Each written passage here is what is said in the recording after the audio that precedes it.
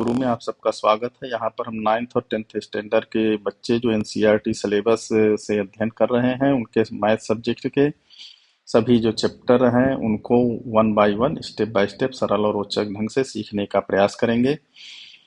Update जानने के लिए चैनल को सब्सक्राइब करिए, लाइक बटन लाइक करिए और ये बेल आइकन को दबा दीजिए, जिससे आपको अपडेट मिलता रहे और ज़्यादा से ज़्यादा लाइक और शेयर करिए। चलिए स्टार्ट करते हैं। क्लास 9th का पहला चैप्टर नंबर सिस्टम, इसमें हम आज चर्चा करेंगे वास्तविक संख्या उनके दशमलव प्रसार के बारे में और एक्सरसाइज 1.3 के प्रश्नों को हल करेंगे।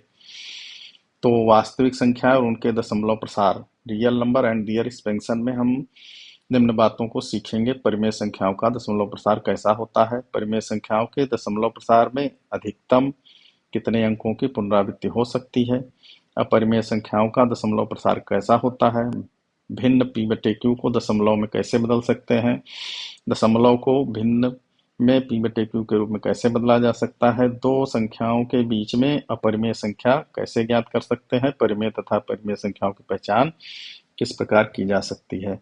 तो वास्तविक संख्या, रियल नंबर, जैसा पिछले वीडियो हम चर्चा कर चुके हैं, परिमेय और अपरिमेय संख्याओं के संग्रह को वास्तविक संख्या कहते हैं। इसे अंग्रेजी के कैपिटल लेटर R से डिनोट करते हैं। तो R बराबर रेशनल प्लस इरेशनल। तो जैसा चित्र में दिख रहा है कि इस सर्कल में जो हमारी गिनती है, काउंटिंग 1 से लेकर एंड सो ऑन 1 2 3, तो इसको नेचुरल नंबर कहते हैं। अब इस जब काउंटिंग में 0 मिला देते हैं तो होल नंबर हो जाता है। अब जब इस होल नंबर में निगेटिव नंबर को मिला देते हैं तो इंटीजर्स हो जाता है। और जब इस इंटीजर्स में हम p बटे q के रूप की संख्याओं को मिला देते हैं तो यह रेशनल नंबर पूरा संग्रह कहलाता है। अब कुछ संख्या ऐसी होती है जो p बटे q के रूप में नहीं हो सकती, जिसे इरेशनल नंबर कहते हैं। रेशनल और इरेशनल ये सब मिलाकर रियल नंबर होते हैं। तो इस तरह से वास्तविक संख्याओं को नंबर लाइन संख्या रेखा पर हम निरूपित कर सकते हैं, लोकेट कर सकते हैं। जैसा पिछले वीडियो में हमने कुछ अपरिमेय संख्याएं √2 √5 इस प्रकार से लोकेट किया था। तो परिमेय संख्याओं का दशमलव प्रसार, एक्सपेंशन ऑफ रेशनल नंबर हम देखते हैं। परिमेय संख्या रेशनल नंबर, जैसा कि हम जानते हैं कि वह संख्या जो p बटे q के रूप में होती है और q is not equal to 0, वह परिमेय संख्या कहलाती है। तो इसका दशमलव प्रसार ज्ञात करने के लिए p में q का भाग देंगे। अब भाग देने पर हम देखते हैं कि दो स्थिति हो सकती है। पहली कंडीशन क्या होती है, जब शेषफल जो रिमाइंडर है वो शून्य हो जाता है, अर्थात भाग कुछ चरणों के बाद समाप्त हो जाता है। जैसे 1/4, तो 1 में 4 का भाग देने पर 0.25 आता है और भाग समाप्त हो जाता है। 1/2, 1 में 2 का भाग देने पर 0.5 आता है और भाग समाप्त हो जाता है। 7/8, 7 में 8 का भाग देने पर 0.875 आता है आंसर में और भाग समाप्त हो जाता है। तो इस प्रकार हम कह सकते हैं कि ऐसी संख्याएं जिनका कुछ चरणों के बाद शेषफल शून्य हो जाता है, अर्थात भाग जो है समाप्त हो जाता है, तो ऐसी संख्याओं के दशमलव प्रसार को शांत दशमलव प्रसार कहते हैं, टर्मिनेटिंग डेसिमल एक्सपेंशन। अब दूसरी स्थिति, जब शेषफल कभी शून्य न हो, तो कुछ इस प्रकार की संख्याएं जैसे 1/3, 1 में 3 का भाग देने पर 0.33 बार बार आता रहता है। इसी प्रकार एक उदाहरण और देखते हैं, 1/7, 1 में 7 का भाग देने पर 0.142857, फिर इसी की पुनरावृत्ति होती है 142857। तो इस तरह से हम निष्कर्ष निकालते हैं कि ऐसी संख्याएं जिनमें कुछ चरणों के बाद शेषफल के अंकों की पुनरावृत्ति होने लगती है, मतलब वही अंक फिर आने लगते हैं, अर्थात भागफल में अंक अथवा अंकों का एक पुनरावृत्त खंड प्राप्त होता है। जैसे यहाँ पर 3 की पुनरावृत्ति हो रही है, यहाँ पर 1 4 2 8 5 7 एक खंड जो है उसकी पुनरावृत्ति हो रही है। तो ऐसी संख्याओं का दशमलव प्रसार अशांत अनवसानी आवर्ती कहलाता है। अंग्रेजी में इसे non terminating recurring decimal expansion कहते हैं। अब यह जो पुनरावृत्ति खंड प्राप्त होता है, तो इस पुनरावृत्ति को प्रदर्शित करने के लिए अंक या खंड के ऊपर इस तरह का चिन्ह लगाते हैं, जिसे आवर्त या बार कहते हैं। तो यदि किसी अंक या अंकों के खंड के ऊपर आवर्त लगा हुआ है या चिन्ह लगा है, तो इस बात का द्योतक है कि उस अंक या अंक के खंड की पुनरावृत्ति हो रही है। जैसे 0.3 बार लिखा है, इसका मतलब 3 की बार बार पुनरावृत्ति हो रही है। 1.27 बार लिखा है, तो इसका मतलब है कि 2 7 की बार बार पुनरावृत्ति हो रही है। इस तरह से हम एक्सपेंड कर सकते हैं। तो इस तरह हम देखते हैं कि परिमेय संख्याओं के दशमलव प्रसार में भागफल में अंकों के पुनरावृत्त खंड में अंकों की अधिकतम संख्या कितनी हो सकती है, तो बिना भाग दिए हम निकाल सकते हैं अधिकतम संख्या भाजक से एक कम होती है। भाजक मतलब जिस संख्या से भाग देना। जैसे यहाँ पर हम देखते हैं कि 1/7 में 7 से भाग दे रहे हैं, तो कितने अंकों की पुनरावृत्ति अधिकतम हो सकती है? तो 7 में 1 घटाएंगे 6, तो यहाँ पर देखते हैं 1 2 3 4 5 6 अंकों की बार बार पुनरावृत्ति हो रही है। इस तरह बिना भाग दिए हम यह जान सकते हैं कि किसी भी परिमेय संख्या के भागफल में कितने अंकों के खंड की पुनरावृत्ति हो सकती है, भाजक से एक कम। इस प्रकार हम इस निष्कर्ष पर पहुंचते हैं कि परिमेय संख्याओं का दशमलव प्रसार या तो शांत होगा, टर्मिनेटिंग होगा, अथवा अशांत आवर्ती नॉन टर्मिनेटिंग रिकरिंग होता है। दूसरे शब्दों में हम कह सकते हैं जिन संख्याओं का दशमलव प्रसार शांत या अशांत आवर्ती होता है वे संख्याएं परिमेय संख्या कहलाती हैं। अब अपरिमेय संख्याओं पर चर्चा करते हैं। परिमेय संख्याओं का दशमलव प्रसार, एक्सपेंशन ऑफ इरेशनल नंबर। तो किसी भी वास्तविक संख्या का जब हम दशमलव प्रसार करते हैं तो दो स्थिति उत्पन्न होती है, या तो वह शांत होगा टर्मिनेटिंग होगा, या अशांत होगा नॉन टर्मिनेटिंग होगा।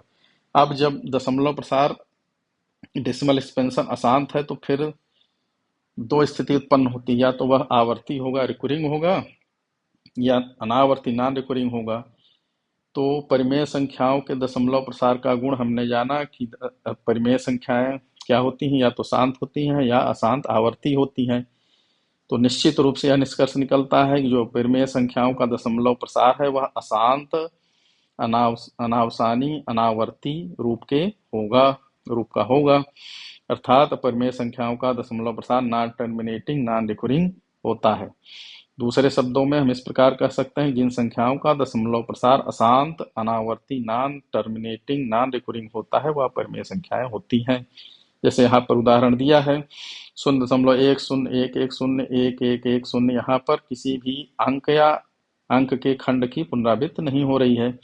जैसे √2 में 1.414213 मतलब किसी भी अंक के खंड की पुनरावृत्ति नहीं हो रही है। इसी तरह पाई में हम देखते हैं कि 3.14159 इस तरह से अंक या अंक के खंड की पुनरावृत्ति नहीं हो रही है।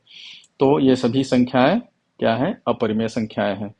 अब प्रश्नावली 1.3 का प्रश्न हम सॉल्व करते हैं। पहला प्रश्न देखते हैं, निम्नलिखित भिन्नों को दशमलव रूप में लिखिए तथा दशमलव का प्रसार कैसा है वो भी बताना है। तो 36/100, 36 में 100 का भाग देना है। तो जब 10 के गुणांक का भाग देना होता है तो जितने जीरो होते हैं उतने अंक बाईं ओर खिसक जाता है। तो 2 जीरो है, 2 अंक खिसकेगा तो यहाँ पर दशमलव आ जाएगा। भाग डायरेक्ट भाग देके आप देख सकते हैं। तो इसका उत्तर आएगा 0.36। तो भाग समाप्त हो गया, रिमाइंडर 0 हो गया। तो दशमलव प्रसार क्या होगा? शांत होगा। तो इसको क्या कहेंगे? शांत दशमलव प्रसार, टर्मिनेटिंग डेसिमल एक्सपेंशन। अब 1/11, 1 में 11 का भाग देते हैं तो हम देखते हैं 0909 बार बार आ रहा है, 09 की पुनरावृत्ति हो रही है, तो उसमें 09 पर हम क्या लगा दिए? बार। तो यह दशमलव प्रसार कैसा हो गया? अशांत आवर्ती। तो इसको क्या कहेंगे? Non terminating recurring decimal expansion. अब 4 सही 1/8 है तो इसको हम भिन्न में बदल लेते हैं, मिश्र भिन्न है। तो 4 8 32 धन 1/8, 33/8। अब 33 में 8 का भाग देते हैं, 4.125 आता है, मतलब भाग समाप्त हो गया, रिमाइंडर शून्य हो गया। तो यह भी दशमलव प्रसार कैसा हो गया? शांत, टर्मिनेटिंग। फिर 3/13, 3 में 13 का भाग देते हैं तो देखते हैं 2 3 0 7 6 9 ये जो पुनरावृत्ति खंड हमको प्राप्त हो रहा है, भाग समाप्त नहीं हो रहा है, तो यह अशांत आवर्ती है, नॉन टर्मिनेटिंग रिकरिंग। इसी तरह 2 में 11 का भाग देते हैं तो देखते हैं कि 1 8 की बार बार पुनरावृत्ति हो रही है। तो इसका दशमलव प्रसार 2/11 का कैसा है? अशांत आवर्ती, नॉन टर्मिनेटिंग रिकरिंग। 329 में 400 का भाग देते हैं तो देखते हैं आंसर क्या आता है? 0.8225। भाग समाप्त हो जाता है, रिमाइंडर 0 हो जाता है। इसका मतलब कि 329/400 का दशमलव प्रसार कैसा है? शांत है, टर्मिनेटिंग है। अब चलिए प्रश्न नंबर 2। आप जानते हैं कि 1/7 बराबर 0.142857 है। तो क्या बिना लंबा भाग दिए आप यह बता सकते हैं कि 2/7, 3/7, 4/7, 5/7, 6/7 के दशमलव प्रसार क्या होगा? यदि हाँ तो कैसे? तो इसका उत्तर है हाँ, हम बिना भाग दिए इनका दशमलव प्रसार ज्ञात कर सकते हैं। कैसे कर सकते हैं? तो देखिए, हमें 2/7 निकालना है, 1/7 दिया हुआ है, तो 2 का गुणा कर देते हैं, 2 एक कम 2, 2/7 हो गया। अब इसी तरह एक्सपेंशन में भी 2 का गुणा करते हैं, तो चलिए गुणा करके देख लेते हैं। 2 सत्ते 14 की 4 हासिल 1, 2 पंचे 10 की 11 की 1 हासिल 1, 2 अट्ठे 16 1 17 के 7 हासिल 1, 2 दूनी 4 1 5, 2 चौको 8, 2 एकम 2 इस तरह से हमको 2/7 का दशमलव प्रसार प्राप्त हो गया। अब इसी तरह 3/7 का करना है, तो 3 का गुणा कर देंगे, 3 एकम 3, तो 3/7 हो गया। और इसके दशमलव प्रसार में 3 का गुणा कर देंगे, तो इस तरह से हमको दशमलव प्रसार 3/7, 4/7, 5/7, 6/7 का बिना भाग दिए आसानी से प्राप्त हो जाएगा। गुणा आप सबसे बनता ही है, तो अब समझ में आ गया होगा कैसे हम इसका दशमलव प्रसार प्राप्त कर सकते हैं। तो अब आगे चलते हैं। प्रश्न नंबर 3 में निम्नलिखित को P/Q के रूप में व्यक्त कीजिए, जहां P और Q पूर्णांक है तथा Q 0 नहीं है। तो पहला प्रश्न दिया है 0.6 बार, तो मान लेते हैं x बराबर 0.6 बार। तब इसको स्पेंड करते हैं, तो 0.666 इस तरह से लिख सकते हैं। मान लिया समीकरण 1 है। अब यहाँ पर हम देखते हैं दशमलव के बाद जो आवर्त वाली संख्या है उसमें केवल एक अंक है, तो दोनों पक्ष में 10 से गुणा करेंगे। अब गुणा करते हैं तो ये 10x हो गया, और यहाँ पर जब 10 का गुणा करेंगे तो दशमलव एक अंक दाईं ओर खिसक जाएगा, 6.666 ये प्राप्त हो गया। अब इसको हम इस प्रकार लिख सकते हैं 6 धन 0.666, क्योंकि इसको जब जोड़ेंगे तो यही हमको मिल जाएगा वापस। अब यहाँ पर हम देखते हैं, इसको ऐसा हमने इसलिए किया कि हमको यहाँ पर यक्स ले आना है। तो अब हम देखते हैं 0.666, इसको हमने पहले क्या माना था, यक्स माना था, तो इसकी जगह यक्स लिख दिया, 6 धन यक्स हो गया। अब यहाँ पर यक्स का पक्षांतर करते हैं, इधर धन है तो इधर आएगा तो ऋण हो जाएगा, तो 10x माइनस यक्स, तो यहाँ क्या बचा, 6x इधर आ गया। अब 10x में से 1x घटाए तो 9x हो गया, तो 9x बराबर 6। अब हमको यक्स निकालना है, तो 9 का पक्षांतर करेंगे, इधर गुणा है तो इधर भाग हो जाएगा, तो x बराबर 6/9। 3 से दोनों अंक कट रहे हैं, 3 दूनी 6, 3 त्रिकाई 9, 2/3। इस तरह यह जो 0.6 बार है यह P/Q के रूप में प्राप्त हो गया, 2/3। यदि अब हम 2 में 3 का भाग देंगे तो हमको पुनः यह प्राप्त हो जाएगा। इसी तरह एक दूसरी दिया है संख्या जिसमें 0.47 बार है, इसमें हम देखते हैं केवल 7 के ऊपर बार लगा है, तो इसको हम इस तरह से लिख सकते हैं। अब यहाँ हम पहले क्या करेंगे कि हमको जो दशमलव है वो बार वाली अंक के पास ले आना है, तो एक अंक के बाद है बार वाला अंक, तो 10 का गुणा कर देते हैं, दशमलव खिसक के यहाँ आ जाएगा, तो 10 का गुणा करेंगे तो 10x बराबर ये दशमलव दाहिनी ओर आ गया, दाईं ओर खिसक के 4.777 हो गया। अब दशमलव के बाद हम देखते हैं एक अंक पर आवर्त है, तो दोनों पक्ष में फिर से 10 का गुणा करते हैं समीकरण 2 में, तो 10x में 10 का गुणा करेंगे तो 100x हो गया। अब यहाँ पर जब 10 का गुणा करेंगे तो दशमलव यहाँ आ जाएगा, तो 47.777 हो गया। अब हमको इस रूप की संख्या चाहिए, तो 47 में 4 घटाएंगे 43 आएगा, 43 धन 4.777 लिख सकते हैं। अब इसको जब जोड़ेंगे तो यही आ जाएगा। यहाँ पर हमने इसको इसलिए अलग किया क्योंकि हमको 10x चाहिए। अब इसकी जगह पर हम क्या लिख सकते हैं, 10x, तो 43 धन 10x लिख दिया। अब यहाँ पर 10x का पक्षांतर करेंगे तो इधर धन है तो इधर ऋण हो जाएगा, तो 100x माइनस 10x बराबर 43। यहाँ पे 43 बचा, तो 100 में 10 घटाएंगे तो 90x आ गया बराबर 43, तो x बराबर 43/90, 90 का पक्षांतर हो गया। तो इस प्रकार दशमलव के बाद जितने अंक पर आवर्त हो तो एक में उतने जीरो लगाकर दोनों पक्षों में गुणा कर हम दशमलव को P/Q के रूप में व्यक्त कर सकते हैं। जैसे यहाँ पर 3 अंक पर आवर्त है तो हम 1000 का गुणा करेंगे, एक के बाद 3 जीरो लगा देंगे, तो 1000 का दोनों पक्ष में मान लेंगे x बराबर इतना, x बराबर 0.001, तो 1000 का गुणा कर देंगे, तो 1000 x बराबर 1000 बराबर, इसका हम मतलब यहाँ पर 1000 का गुणा करेंगे, तो ये इसी तरह से हम इसको हल कर लेंगे। नहीं बनेगा तो आप लोग कमेंट बॉक्स में पूछ सकते हैं। चलिए प्रश्न नंबर 4, 0.999 को P/Q के रूप में व्यक्त कीजिए। क्या आप उत्तर से आश्चर्यचकित हैं? अपने अध्यापक कक्षा के सहयोगियों के साथ उत्तर की सार्थकता की जांच कीजिए। तो हम देखते हैं, तो मान लेते हैं उसी तरह से, मान लेते हैं x बराबर 0.999, यहाँ पर एक अंक 9 की पुनरावृत्ति बार बार हो रही है, तो इसलिए दोनों पक्ष में 10 का गुणा करेंगे, तो 10x बराबर, अभी इसमें जब 10 का गुणा करेंगे तो दशमलव यहाँ आ जाएगा 9.999, अब 9.99 को हम क्या लिख सकते हैं, 9 धन 0.999, इसको जब जोड़ेंगे तो यही 9.999 प्राप्त हो जाएगा। अब हम देखते हैं 0 जो 999 है ये किसके बराबर है, यक्स के, तो 9 धन यक्स लिख लिए। अब यक्स का पक्षांतर करेंगे तो 10 यक्स माइनस यक्स बराबर 9 हो गया। 9 इधर से इधर आ गया, इधर था यक्स धन था तो ऋण हो गया। तो 10 में से 1 यक्स घट गया, 9 यक्स बटे 9, तो यक्स बराबर 9/9, उत्तर क्या आ गया, 1। तो इस तरह से इसका जो P/Q है इसको देखकर आश्चर्य होता है कि ये दशमलव में था और ये क्या आ गया, 1। अब चलिए दूसरा दिया है प्रश्न कि 1/17 के दशमलव प्रसार में अंकों के पुनरावृत्त खंड में अंकों की अधिकतम संख्या क्या हो सकती है, और भाग देकर अपने उत्तर की जांच भी करना है। तो हम देखते हैं कि 1/17 के पुनरावृत्त खंड में दशमलव 1/17 के दशमलव प्रसार में अंकों की पुनरावृत्त खंड में अंकों की अधिकतम संख्या क्या हो सकती है। जैसा अभी हमने पीछे चर्चा किया था कि भाजक की संख्या से एक कम हो सकती है। तो भाजक यहाँ पर कितना है, 17 है, तो 17 में एक घटाते हैं तो 16 होगा। तो इस प्रकार एक में 17 का भाग देकर हम उत्तर की जांच भी कर सकते हैं। अब एक में 17 का भाग देते हैं तो इस तरह से ये आता है। यहाँ पर आप गिनेंगे तो कुल 16 जो है अंक इस खंड में, पुनरावृत्त खंड में प्राप्त होते हैं। तो इस तरह से बिना भाग दिए हम भागफल में पुनरावृत्त खंड में कितने अंक हो सकते हैं उनकी संख्या ज्ञात कर सकते हैं। अब चलिए प्रश्न नंबर 6 देखते हैं।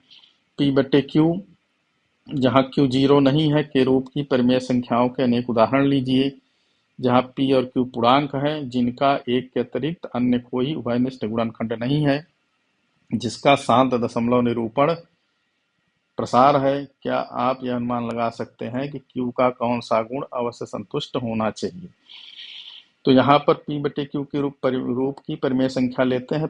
P और Q में एक के अतिरिक्त कोई घनिष्ठ गुणनखंड न हो, इसका मतलब है कि P और Q सहभाज्य हैं, मतलब एक के अतिरिक्त कोई गुणनखंड नहीं है। तो कुछ उदाहरण लेते हैं, जैसे 1/2, 7/4, 1/5, 11/8। अब इनका हम दशमलव प्रसार निकाल के देखते हैं। तो 1/2 का 0.5, 7/4 का 1.75, 1/5 का 0.2।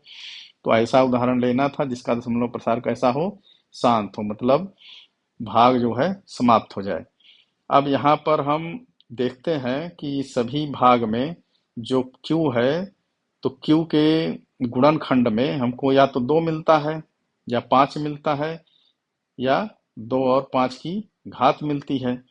तो इस तरह से हम यह निष्कर्ष निकालते हैं कि P और Q का दशमलव प्रसार शांत होने के लिए यह आवश्यक है कि Q के गुणनखंड में या तो 2 हो या 5 हो या 2 और 5 दोनों की घात हो सकती है, तभी जो है दशमलव प्रसार जो है शांत होगा, टर्मिनेटिंग होगा। अब ऐसी अगला प्रश्न देखते हैं। ऐसी 3 परिमेय संख्याएं लिखिए जिनके दशमलव प्रसार अनावसानी अनावर्ती हैं, मतलब हमको ऐसी 3 संख्याएं लिखनी है जो अपरिमेय हैं। तो हम लिख सकते हैं जैसे 0.30, फिर 3 के बाद 2 जीरो, फिर 3 के बाद 3 जीरो, इस तरह लिख सकते हैं।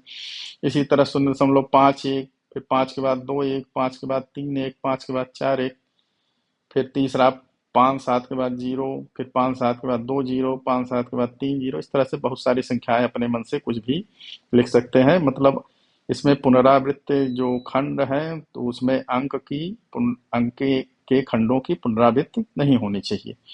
अब पुनरावृत्ति नहीं हो रही है, इसका मतलब है कि यह सभी अपरिमेय संख्याएं हैं। इस प्रकार हम अपरिमित रूप से अनेक अपरिमेय संख्याएं लिख सकते हैं, क्योंकि परिमेय संख्या की तरह ही अपरिमेय संख्याएं भी अपरिमित रूप से अनेक होती हैं। तो हम जितनी अपरिमेय संख्याएं चाहें उतनी लिख सकते हैं।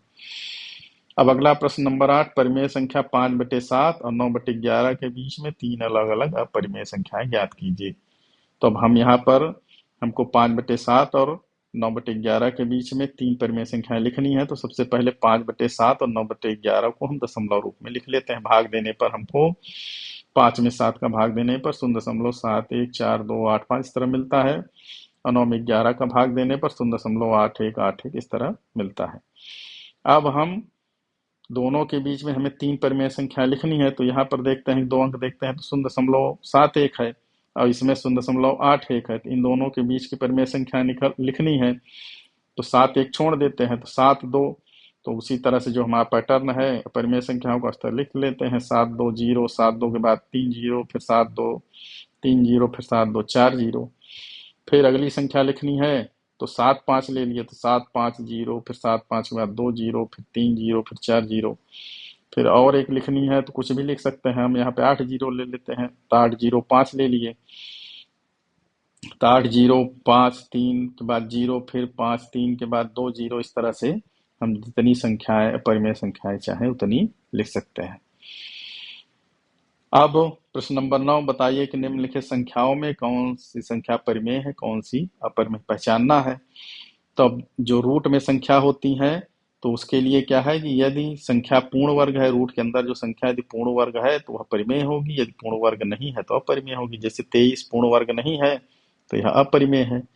225 पूर्ण वर्ग है, 15 का पूर्ण वर्ग है, तो इसलिए यह क्या होगी, इसका जो बाहर निकालेंगे तो 15 आ जाएगा, तो ये क्या हो गया, परिमेय हो गई। अब जो दशमलव वाली संख्याएं हैं तो यदि दशमलव प्रसार शांत है या अशांत आवर्ती है तो परिमेय होगा, और यदि अशांत अनावर्ती है तो अपरिमेय होगा। तो इसमें हम देख रहे हैं दशमलव प्रसार शांत हो गया तो परिमेय हो गई। इसमें हम देख रहे हैं कि 4 7 8 का बार बार पुनरावृत्ति हो रही है तो ये भी अपरिमेय हो गई। अब यहाँ पर देख रहे हैं कि इसमें किसी भी अंक के खंड की पुनरावृत्ति नहीं हो रही है तो ये अपरिमेय हो गई।